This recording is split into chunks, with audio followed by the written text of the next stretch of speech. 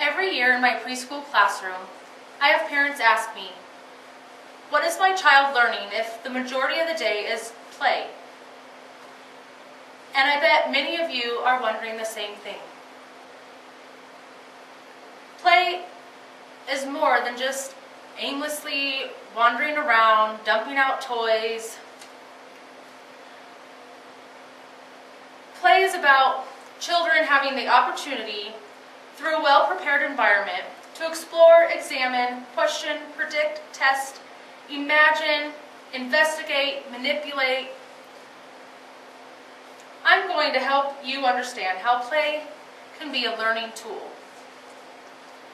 I will explain what play is, the types of play, and the benefits of play. So, will your child learn when the majority of the day is play? What is play? Maria Montessori, a well-known child development theorist, says play is the work of the child. It's described as an activity that is fun and engaging for the player. Play is freely chosen by the player, although play opportunities may be provided by others. This can be found in the Early Head Start National Resource Center website. Play is for recreation, amusement, and fun. It involves activities based on your interests or the player's interests. Play is what children do and their way of life.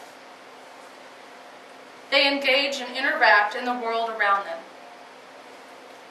Play is a part of child development.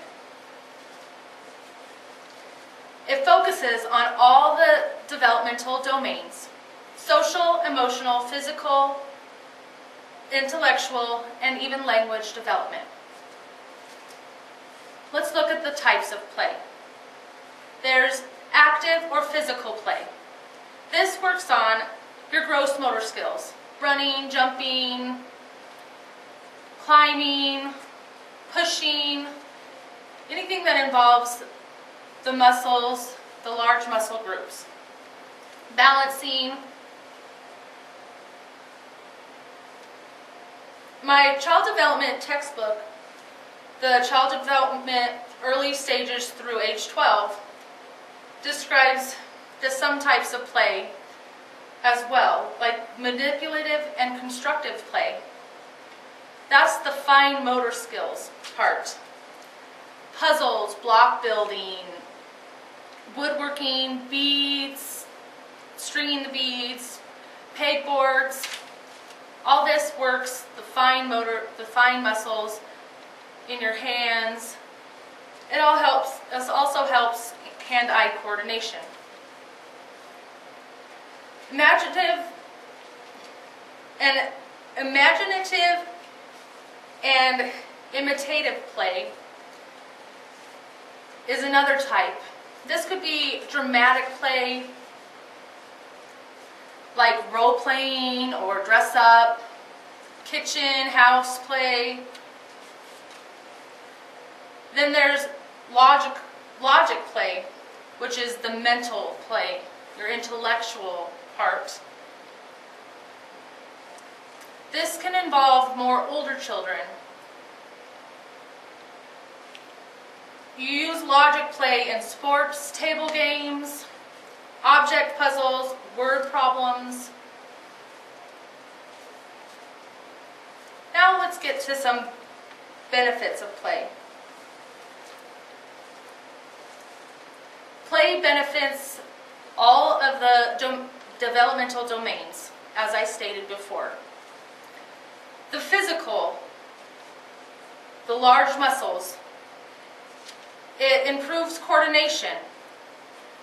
It helps the heart and immune system strengthen. Helps weight control, stress reduce. It helps the small motor skills in activities like pouring water. You can be more precise the more practice they have. And that can happen in like the water table during playtime. Intellectual development happens during play. You get cause and effect. If I push this toy, it's going to move.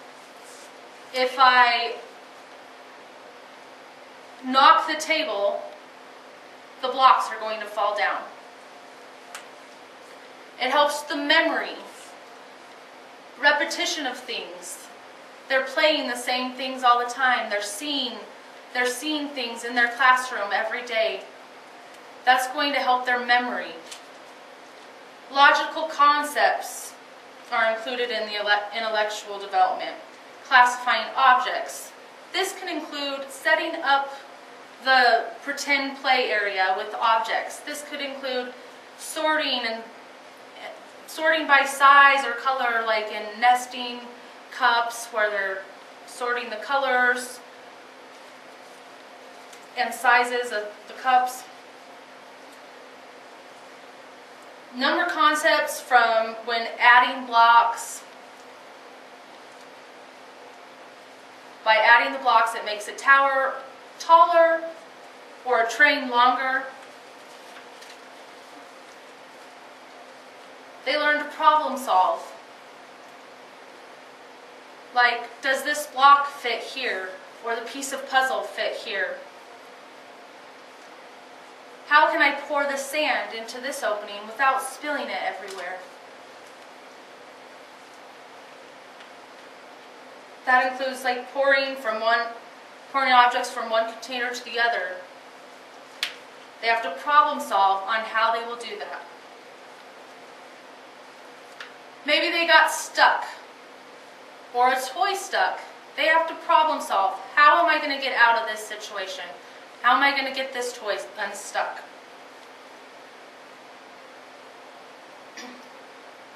What to do when there's only one toy, but everybody wants to play with it. That happens a lot. So they learn to share. They learn to figure out problems like that. Like maybe they'll discuss, well, I'll play with this first. You play with it later. They work on reasoning, hypothesizing, predicting, theorizing, and much more.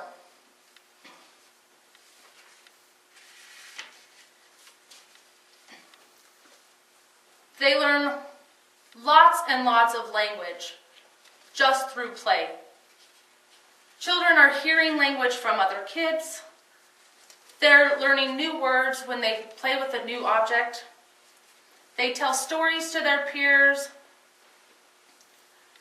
They hear others tell stories. They tell others their needs. When you're playing, if you want to play with something, they're going to need to learn how to ask for it. And they're going to need to learn how to express their feelings. And they learn that on their own through play. If someone takes a toy, they're going to express their feelings. If someone bumps into them or knocks their tower over, they can express their feelings. And teachers or parents can help by adding certain questions like, well, tell them how that made you feel. How did that make you feel? They learn new words by playing with others.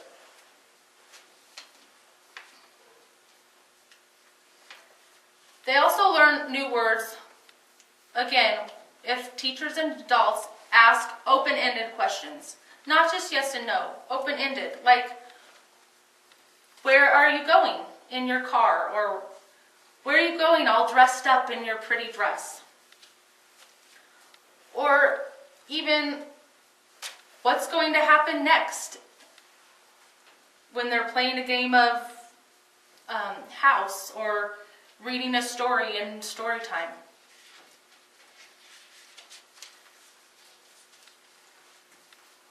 Play helps social and emotional development.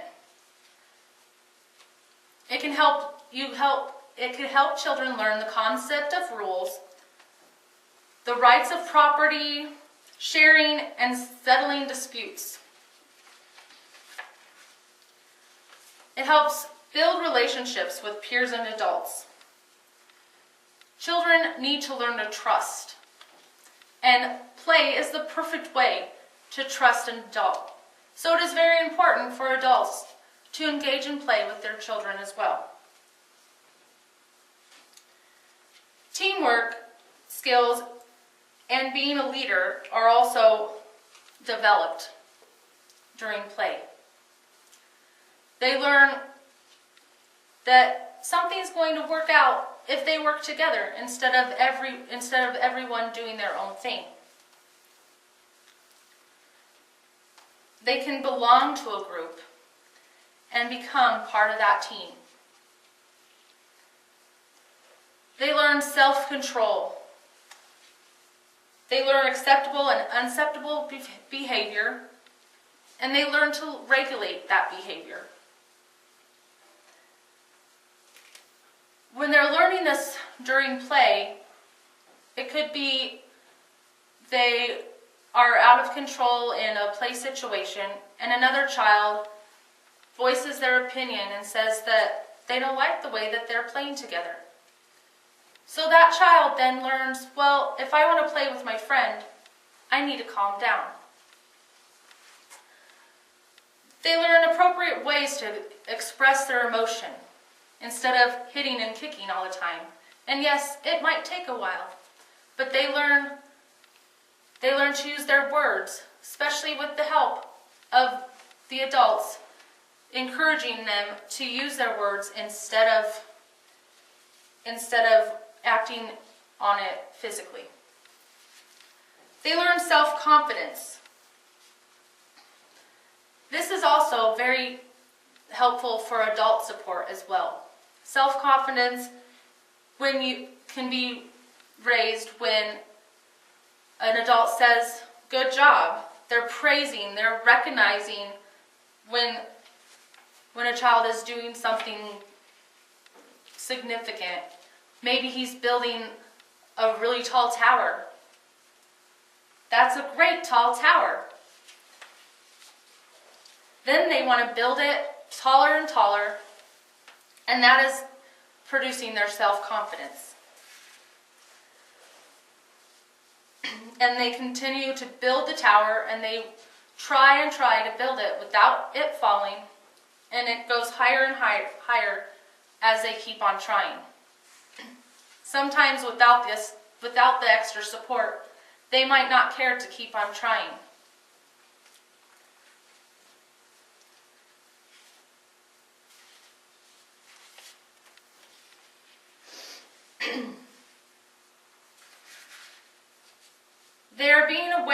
They begin to be aware of the differences of those around them. Just by playing and interacting with other children, they see that they're not all the same, but yet they like the same things. So it's okay to be different and like different things and look different ways. And they start interacting together and accepting each other as they are. And it also helps self-sufficiency. They do things on their own. We allow them during play to do things for themselves, and then they become self-sufficient. In conclusion, by thinking about what play is and the types of play and the benefits of play, you have a better understanding of how play is a learning tool. Play addresses all domains of development: physical, intellectual, social, and emotional, as well as language. With so much involved in play, it's a wonderful tool for learning that kids will never suspect.